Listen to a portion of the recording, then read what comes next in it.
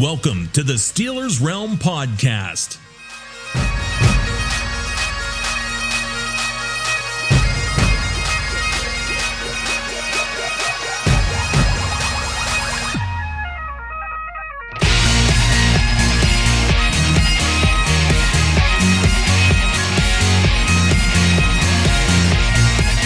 And now, here are the boys of Steelers Realm.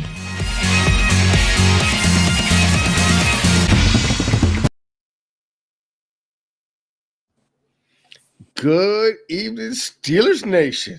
Well, it's that time of the week or the year or month or day, whatever the hell it is, we're here to talk Super Bowl. And without further ado, I got a little surprise for you all. Straight off the rails, my man, Freight Train, will be joining us this evening. Freight Train, where are you at? Oh, I'm back home in Cleveland, taking a little break off the rails. Got a couple days off here and then get straight into remote locomotive training. So it's good to be back. I've missed being on this show. I've missed all of you. I've missed all our listeners.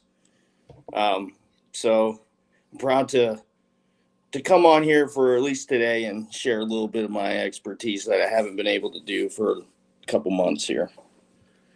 We're happy you're back, man. It's been a while. You ain't got to lie for us to be friends, but so. Oh, okay.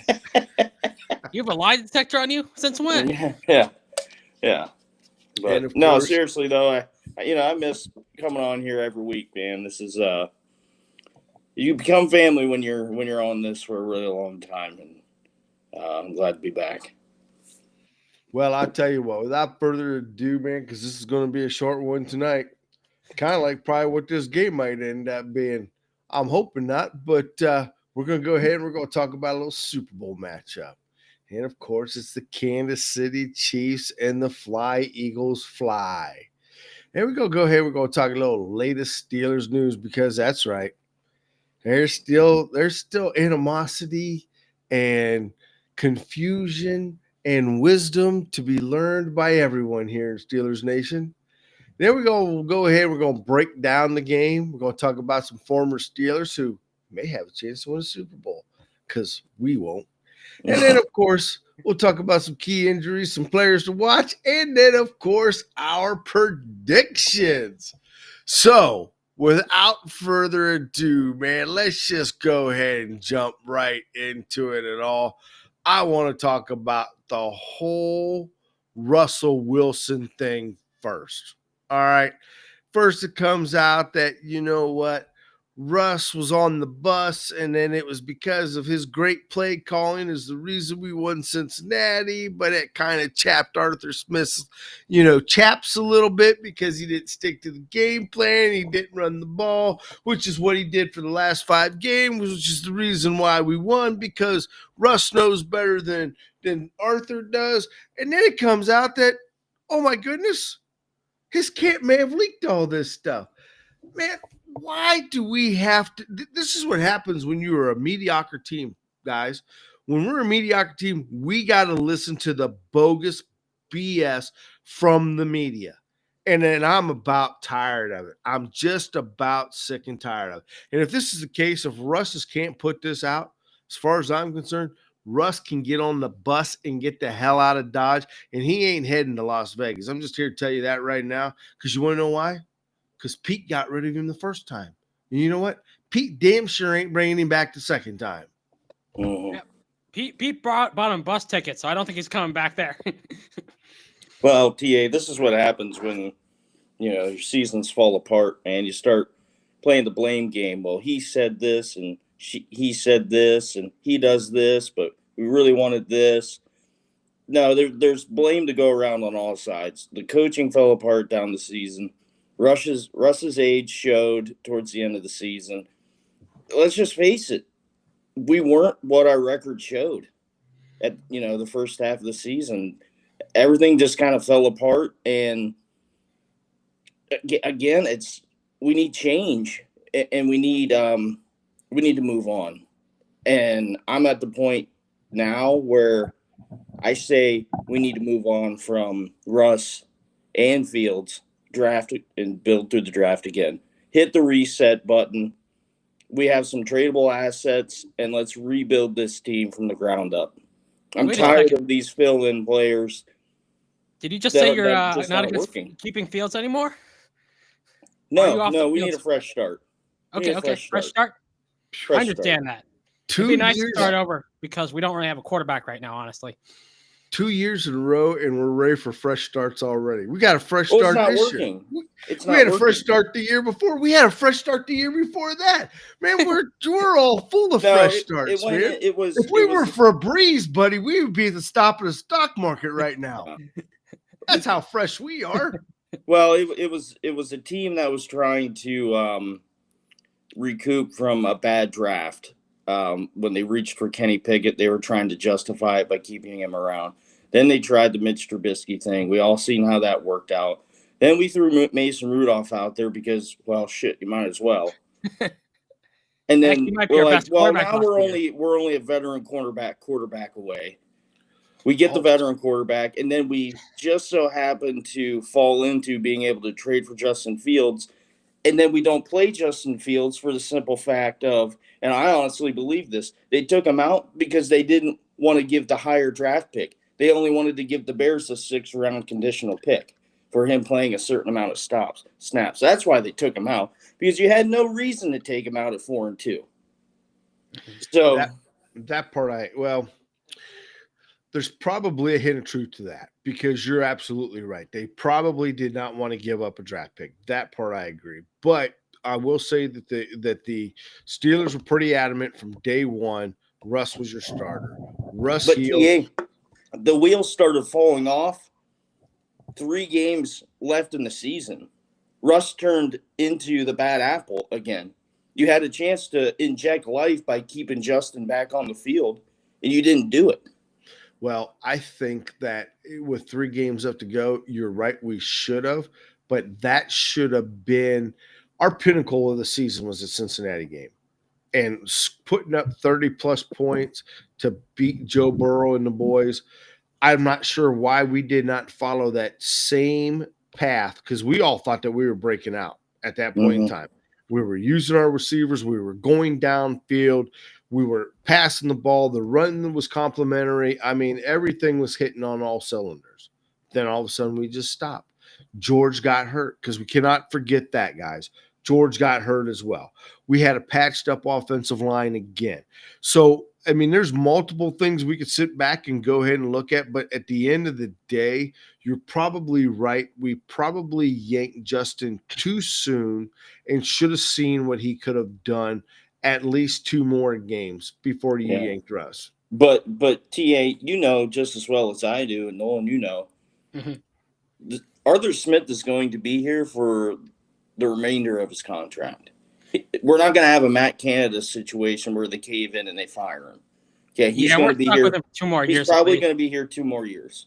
Yeah. So let's just if you're not going to work with a veteran quarterback like we thought you were going to do because you quote unquote resurrected Ryan Tannehill's career, then okay, we're going to go get you a rookie quarterback, and we'll give you somebody to groom, and you have 2 years to do it. 2 years to show progress in this offense. Well, have you seen the latest and greatest 2 names for veteran quarterbacks that are floating out there now? Because we're still right back into it. Who's going to play wide receiver and quarterback for Pittsburgh? Oh, I've seen Aaron Rodgers. I've seen who else was it? Not Cousins, but Cousins is the latest and greatest. Oh, is he on there? Yeah. Cousins is the latest and greatest, and then depending on what the Rams do with Mr. Stafford. Yeah, see that doesn't solve anything. We're not a veteran quarterback away. You want to know what? You want to know what would not surprise me one bit is if we send Justin Fields. Well, we can't do that because Justin's not signed. He's a free agent. Say, yep, he's a free agent, so we can't do that. It wouldn't surprise me if Fields and George Pickens both go to the Rams and we end up with Cooper Kupp and Matt Stafford. Mm-hmm. Oh, that'd be great. And here's the thing, though. That would be great for who? For all the old people around here throwing bread to the fucking pigeons on the corner. The only concerning part about all of this is this is not a very good quarterback draft class.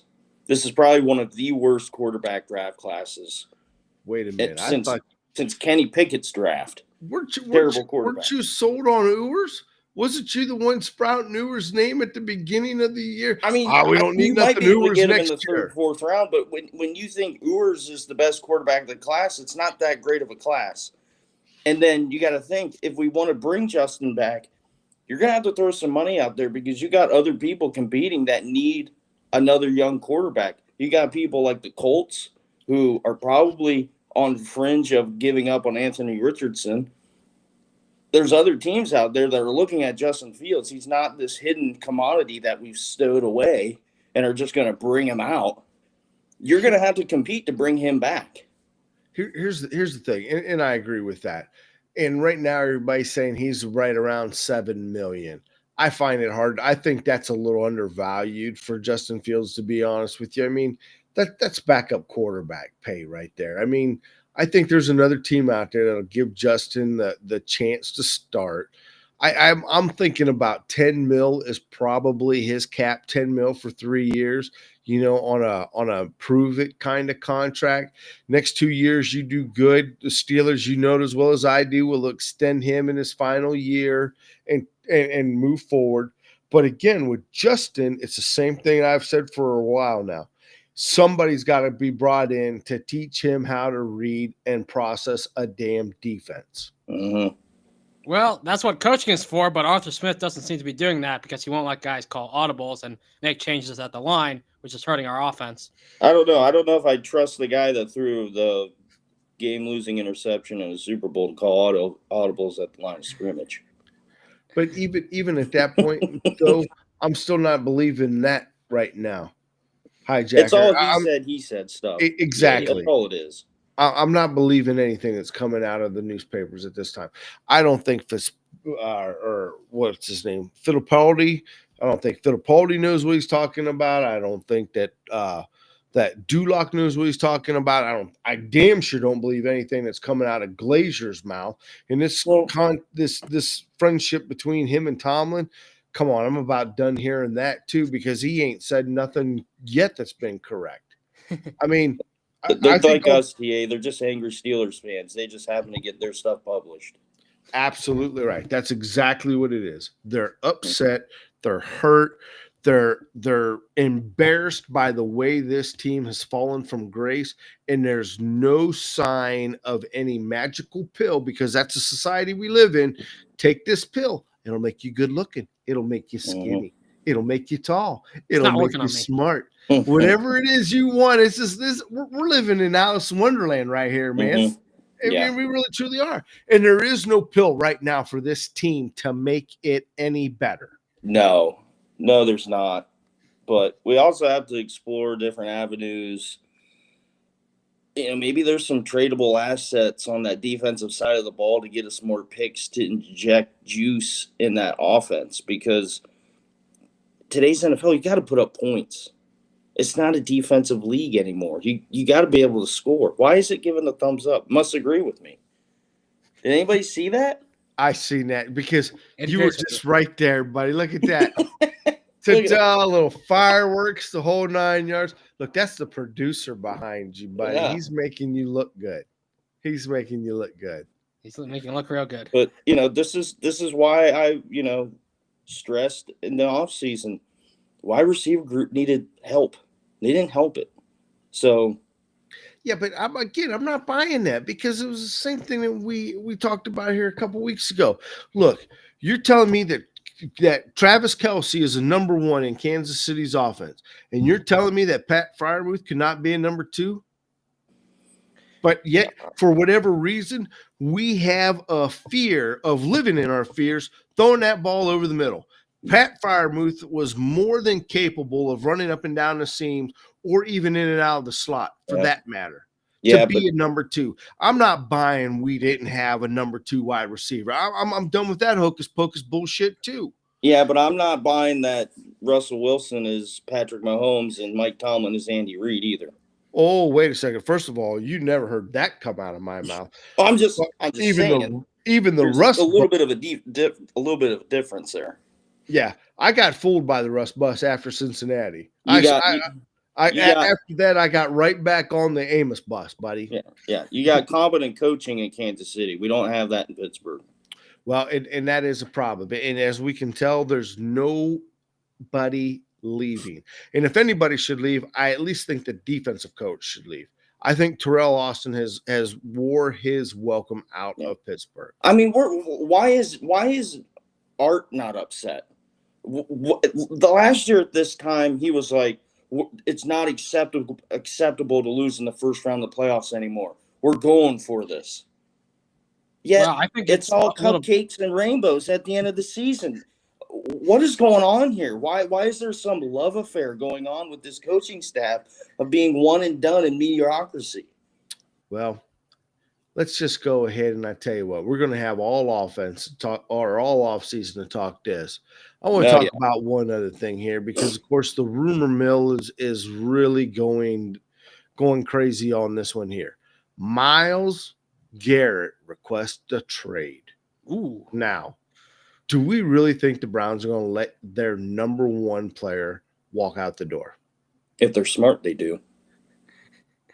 Well, the Browns aren't smart, so I don't know about that. I'm kidding. There's some even linking this to LeBron James, whispering in his ear. Yeah. If Cleveland has any sense, you pull the trigger on this trade. Because you're now trading, I'm going to say he's in the top two. You know, they flip-flop positions of 1 and 2. It seems every week, every season between him and TJ. Myles Garret is in his prime. You can easily get a Khalil Mack type return from when the Bears traded him to Los Angeles. Or I'm sorry, when the Raiders traded him to Chicago and got 2 first-round picks and a slew of later-round picks. With a team that has a lot of issues, that's very valuable because look at recent trends. You know, you look at the Lions, you look at the Texans, who the Browns were involved. You get those multiple first round picks and stack up later round picks, you can easily change the fortune of your franchise within a couple of years by drafting smart and having quantity over quality. Yeah, it really worked well for both the Raiders and the Chicago Bears. Yep, if you can build up those picks. I know, but they didn't get the picks. They sent them out. And that's my point. Ironically, so it did not work out trading Khalil Mack. Not for them, but it did for the teams that traded the star. Yeah. I'm not even sure it helped them either. It did not help the Raiders trailing Khalil Mack. They haven't won anything since he left. Matter of fact, their identity got worse by leaving them. But the Texans and the Lions did. Yeah, I think it's referring to the Texans who fleeced the Browns for like 3 first-round picks. Yeah, I'm just saying. I think it's a smart decision to move on from him. I mean, if you can get that kind of draft capital back. Well, I'm not giving them away for a bag of balls and a Pepsi machine if I'm there. But the Browns are in the same position we're in right now. They're a team that has no quarterback. They have defensive players that can go ahead and keep a new guy afloat, but they have absolutely no quarterback. And by the look of things, it doesn't look like their superstar is going to be there next year either. In an aging offensive line, no receiving. They are pretty much a mirror image of us besides the offensive line part. And quite honestly, I don't blame Myles Garret. And in my honest, humble opinion, I'm surprised it's not Myles Garret and TJ Watt one out of the NFC or the AFC North. Mm-hmm. Because right now, those are the only 2 players on both franchises that are keeping these guys afloat. Without those 2 players, these 2 franchises and listening to anybody talk positive about the AFC North is right out the window. Let's be honest here. Yeah. Yeah, there's nothing really positive going on. I mean, but I will tell you what is positive. Did you guys see where the greatest psychiatrist in the world was able to sit down with George Pickens and have a heart-to-heart and he's got him fixed. And you're right. It's no more than yours truly, Chad Okocinco. He's got him fixed. Let's go. He's not going to be a problem anymore. He's had a heart-to-heart with that young man. Laid him down on the couch, talked to him about his immaturity, his problems. Chad has come out and publicly said he's got him fixed. He's fixed. So the guy that changed his last name to a Spanish number Ocho Cinco. and was a basket case during his playing days is consoling our basket case. Well, he knows what Makes not a to lot do. of He sense. can teach Pickens a few things. Exactly. You got it right, hijacker. He is a professional. He has been there, walked in those shoes. He understands the blues that George is singing. Yeah, let's Who sit else better AB to down help with him too while we're at it. Well, that's coming out in tomorrow's news. Oh, yeah. That's next week's therapy. Gulag will have that in his article tomorrow. Yeah, I mean, but I thought that was quite interesting, because, of course, the Super Bowl brings out all sorts of good stuff there on Media Row. And before we continue on, how did everybody love the Pro Bowl? And, man, we had Steelers making plays left and right. And that's right. That's your beloved Russell Wilson and Minkah Fitzpatrick. Was that not a wonderful thing to see? Only Russell Wilson would get sacked in flag football. Are you kidding me? How do you get sacked in flag football? How do you get stacked or sacked? Sacked. Sacked and slacked and stacked? He was stacked, and sacked. Yeah. All on the same play in flag football. It's just impressive. It puts the cherry on top of the sundae. Don't worry. You'll be happy to know Minkah got a pick 6 as well in the Pro Bowl. Hey, you know what? He was all over the field. I'm thinking to myself, man, maybe that's the problem. Maybe we just need to take the pads off of him, throw a couple flags around his waist. Yeah. It'd be nice to have a pick 6 in the regular season. Right. But in all honesty, I mean, has the Pro Bowl just finally lost its luster? I mean, it looks like the players are having a good time doing this, but as a fan, dude, this is hard to watch. And you know what? Yeah. I'm about over the Manning brothers as well, too. Is everything about the Manning brothers and Gronk, really? Is that where we're at right now? Yeah. I mean, face of the NFL, man. That's what it is. Face of the NFL. Look, what? You're telling me you couldn't bring Ben Roethlisberger in there? No. How about Sherman? You bring Sherman in here? Hell, at least when they bring beast mode in, everybody's ready to fire up a damn blunt. Well, yeah, and he's there only just so he doesn't get fined. Right. Yeah, the Pro Bowl is just – they need to figure something else out. I mean, it's more of a festival than a Pro Bowl game. Well, you can't even call it a game. It's like I don't even know. Like, there's skills contests and, like, at least make them cool. Like, remember back in, like, the early 2000s with, like, Cordell and stuff, they had, like, who could throw the football the furthest, on the actual field. And, like, they had other I can't think of the word I'm trying to come up with. You're saying have your fullback punt the ball into a trash can isn't sexy? No. I was going to say that's probably the best thing of the whole Pro Bowl skills show. Them punting the punters, the best players. That was the best moment. They're kicking the ball into trash cans. Yeah, because I'm telling you what, the tug of war, that was the worst tug of war I've ever seen. It looked like the NFC against the cheerleaders. I mean, that was over in 3 seconds flat? That was ridiculous. Look at you, Freight Train. You don't even know what to say. You're speechless. Yeah, I don't know what their plans is with this, but I didn't find it appealing. I didn't even really watch much of it. Well, before we go on to the Super Bowl, one last thing, because this is what I'm really interested in. The NFL announced today that they will end up playing a game down under. Ooh, they announced it? They announced it. Let's go. They will be going to Melbourne, Australia. Now, for anybody who's traveled, that is, you want to talk about, we talk about going from Pennsylvania to Seattle or Pennsylvania to Los Angeles. Now you want to talk about somebody going from, I don't care, let's just use Baltimore right now. Baltimore to Melbourne, Australia.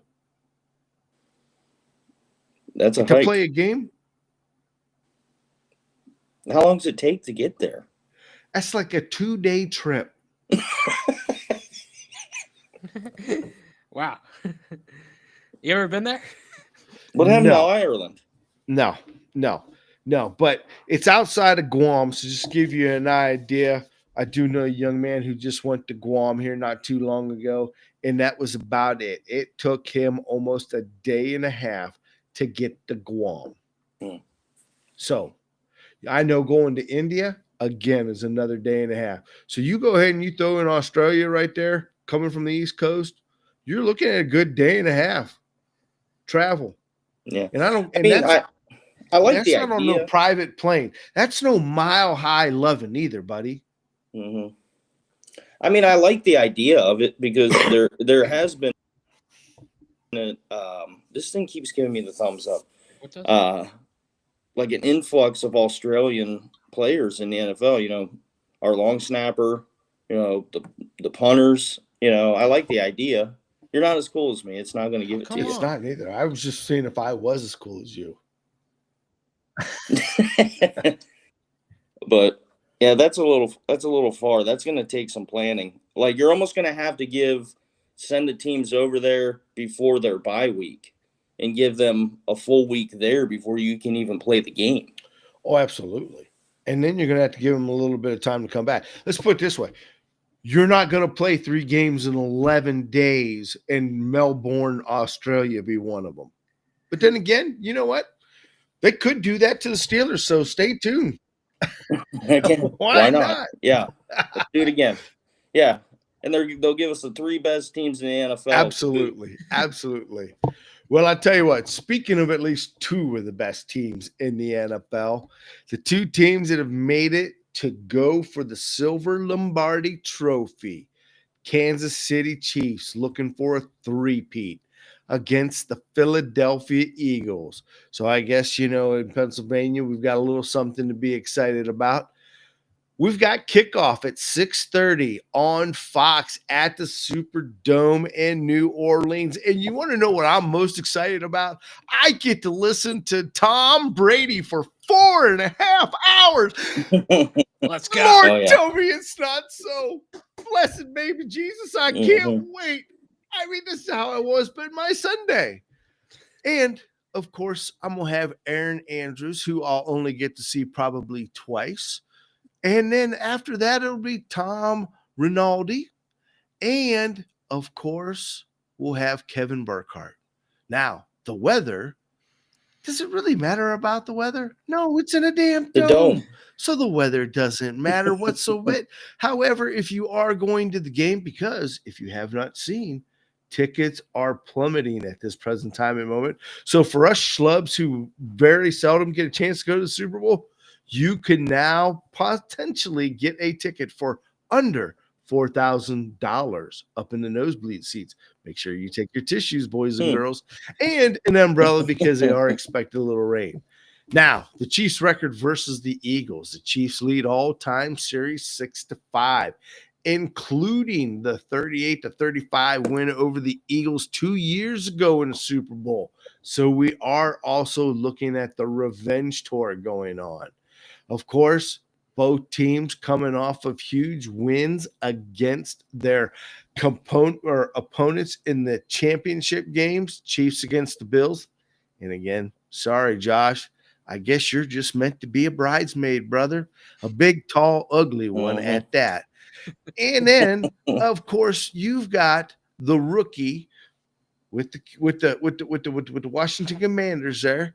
And, you know, I kind of thought he did a very, very good job. I just want to point that out. For a rookie, did he or did he not make it?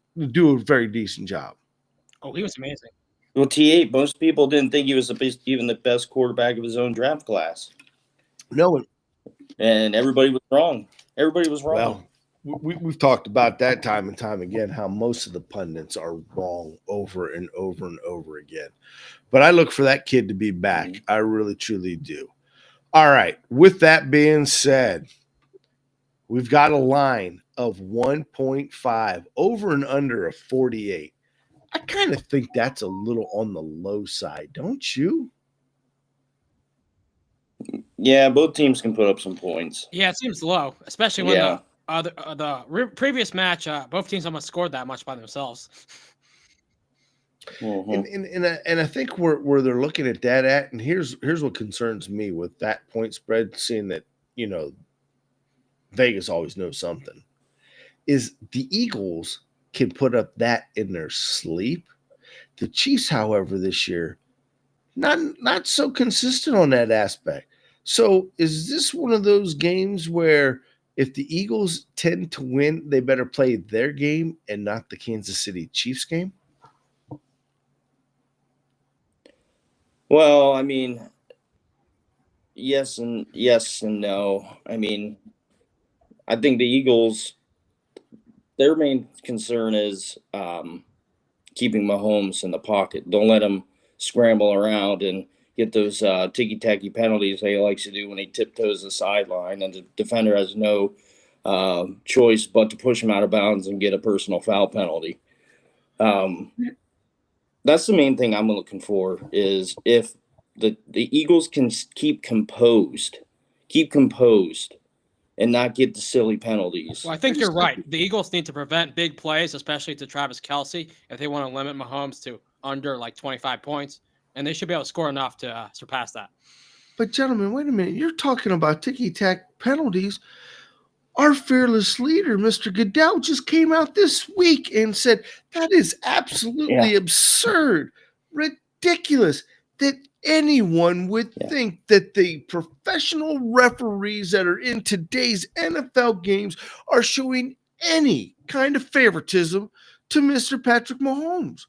However, when questioned, how's come over the course of the last 5 years, when it comes to crunch time, does Patrick Mahomes lead the league with roughing the passer penalties? Yep. Flop. Even Pinocchio lied to Geppetto. Even Pinocchio lied to Geppetto. All right. You know, if there wasn't something to it, why would the commissioner of football have to come out and say something? Seems a little nothing to odd see here. to me. Nothing to see here.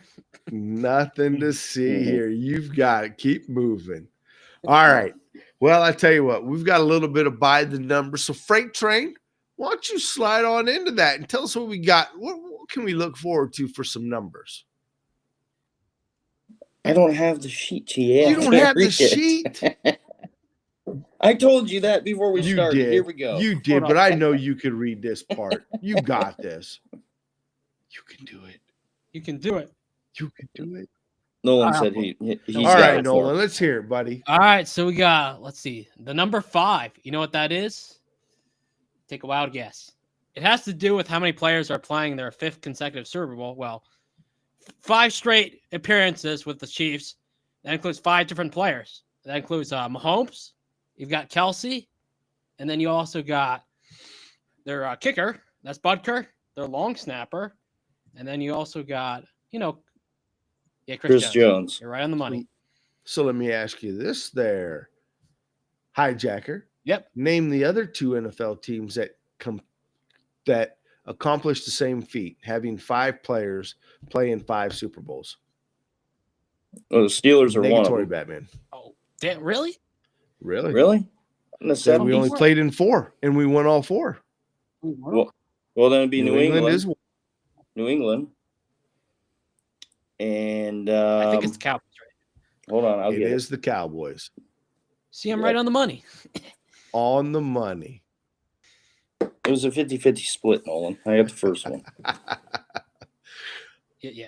See, we tied. All right, what else we got? And then we got another fun number for you. 28. That's how Barkley has his birthday on the Super Bowl. You think he'll be the first player to score on a Super Bowl on his birthday? Absolutely. I tell you what. What about you? Absolutely. He'll definitely be the first person on their birthday to score a Super Bowl. He might even be the first person to win a Super Bowl on his birthday.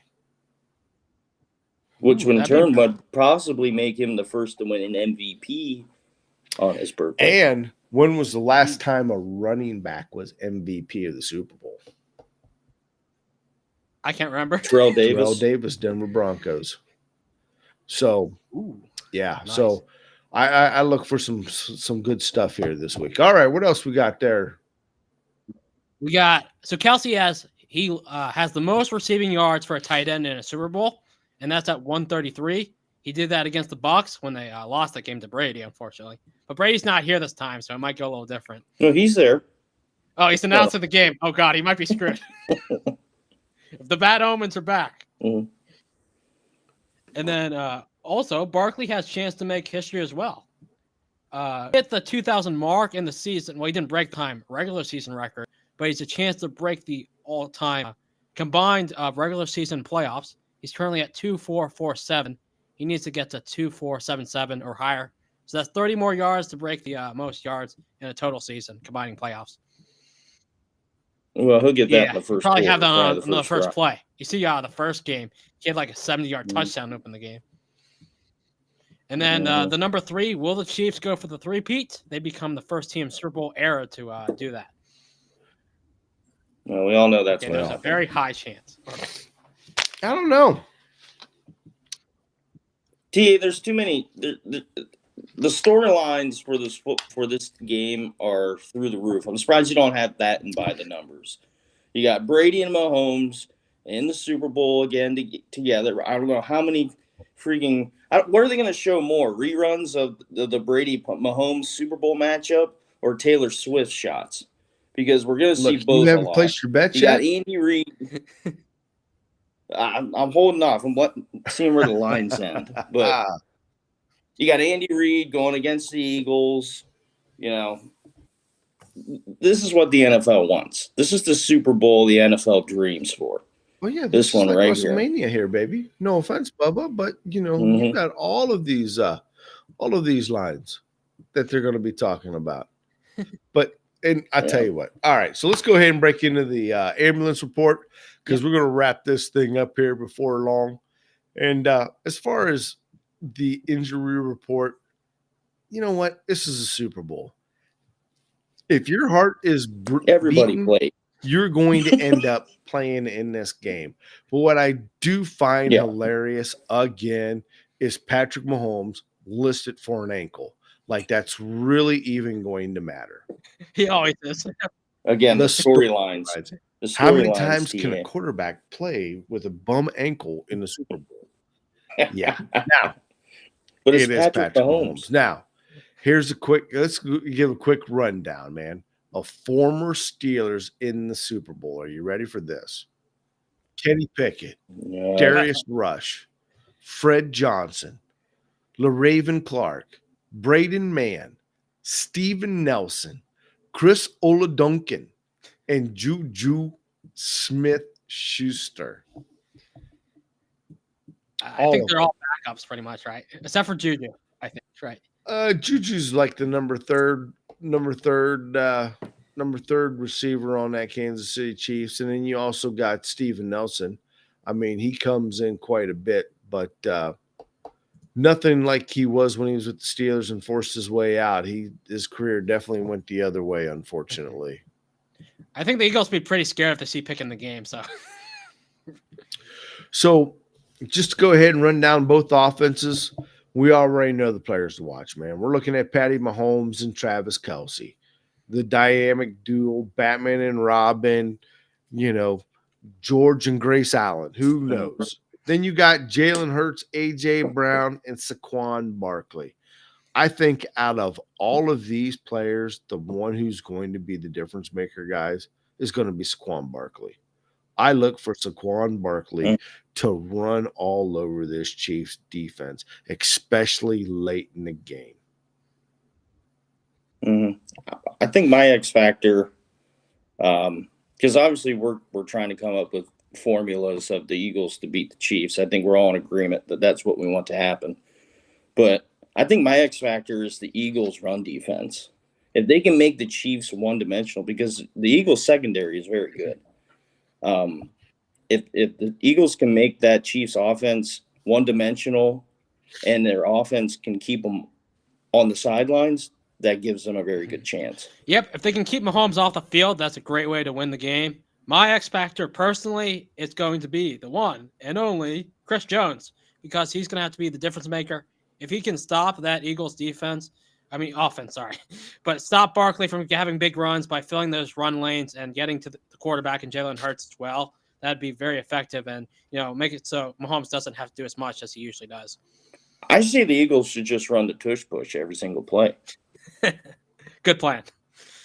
Well, here's one thing. You're going to see the tush push from basically both teams in this game.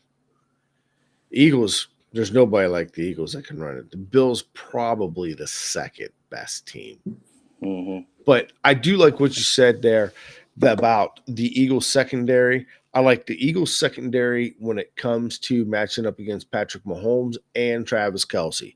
Mm-hmm. And the Eagles cannot do, and I think Vic Fangio is aware of this too, because remember, Vic Fangio was the coach for who?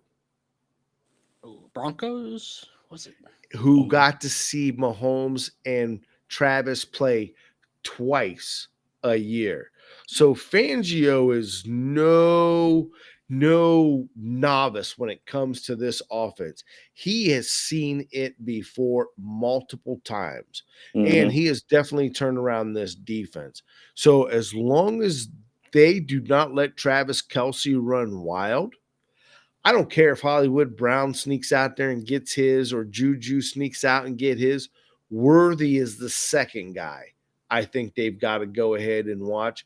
And quite honestly, if those middle linebackers can put a smackdown on Kareem Hunt will not be a factor in this game.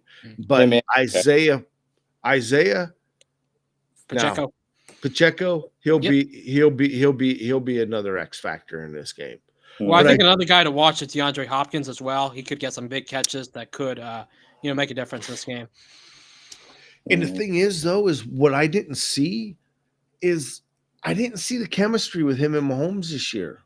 It's like that first game they went off, and then they've been kind of quiet because they've been kind of had the division locked up since. Mm-hmm.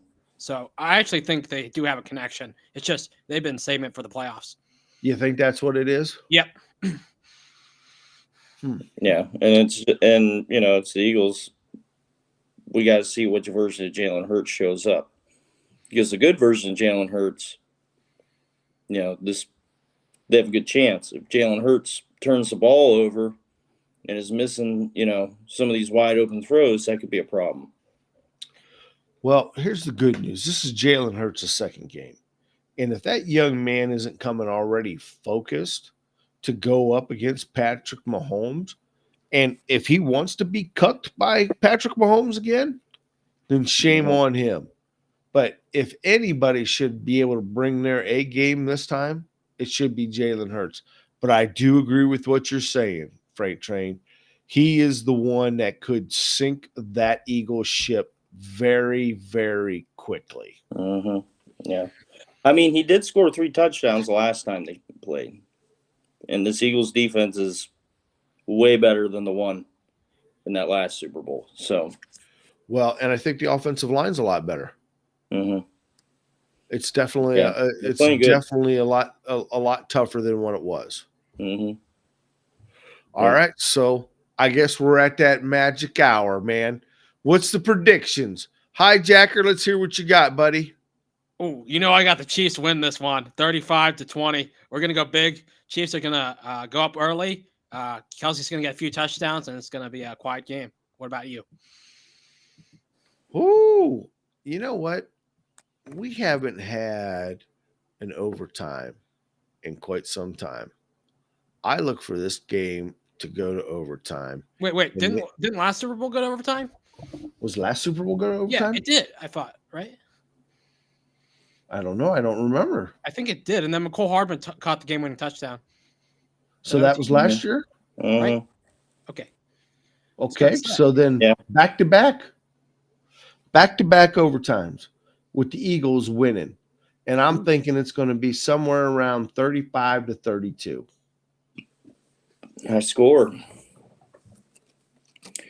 My brain tells me that I should probably take the Chiefs because. Oh, and that was the Eagles, by the way. Yeah, I figured. But I got to go with the Eagles, man. They're playing really good football down the stretch. I don't think it's going to be as high as scoring as what you guys are thinking. I'm going to say 24-17 Eagles. Low scoring game for you? See, that scares me, Freight Train. If it's that low of a scoring game, that means that the Eagles are going to play the Chiefs game, and then they don't have a chance in hell. Mahomes is going to get the ball with less than 2 minutes to go, and he's going to throw an interception to lose the game, and America's going to go crazy. Because Mahomes throws an interception in the Super Bowl with Taylor Swift watching? Yep. Yeah, and the refs are going to throw a flag on an interception, but it'll obviously have to be picked up because there will be no penalty. Oh, that's holding. Holding. Roughing the passer. Yeah. Oh, and by the way, Hijacker, it has been a while. The last Super Bowl that went to overtime was the Patriots against Atlanta. I don't know what I was thinking. Maybe it's the end of the game. Yeah, so that was the last one. So I think we're due for an overtime. Unfortunately, TA is always right, it appears. Not always right. His memory's getting a little cloudy over the years, man. Yeah, not on my game. But guys, I tell you what, I hope everybody enjoys their Super Bowl Sunday. Most importantly, drink responsibly. If you haven't taken Monday off yet, tell your boss tomorrow you're not going to be there. The more of us who take Monday off, the quicker we can go ahead and make this a national holiday. Matter of fact, the guy who's in the office now has already eliminated a bunch of stuff. Maybe he'll go ahead and give us back one day. Just Super Bowl off after Monday or Monday after. That's what I'm thinking. You know what I mean? We'll make Canada and China pay for our off day. That's kind of what I'm liking. Absolutely. Absolutely. So, more importantly, we're probably going to take one more week off after the Super Bowl, guys, and then get ready. We're going to start breaking down things, and we'll be back one day a week. So, until then, enjoy the Super Bowl. Have fun in St. Louis, New Orleans. And gentlemen, it was a pleasure being with you guys tonight. Yeah. It was definitely good to be back. TA, you were talking about New Orleans. I'm really glad you just fudged and called it St. Louis, and you didn't say Mardi Gras. But Steelers Nation, glad to be back for this one-day event. Just hang in there. Our time's coming, hopefully. And I never thought I'd ever say this, but go Eagles. What? All right. Good night then. Careful on the hot tub, guys.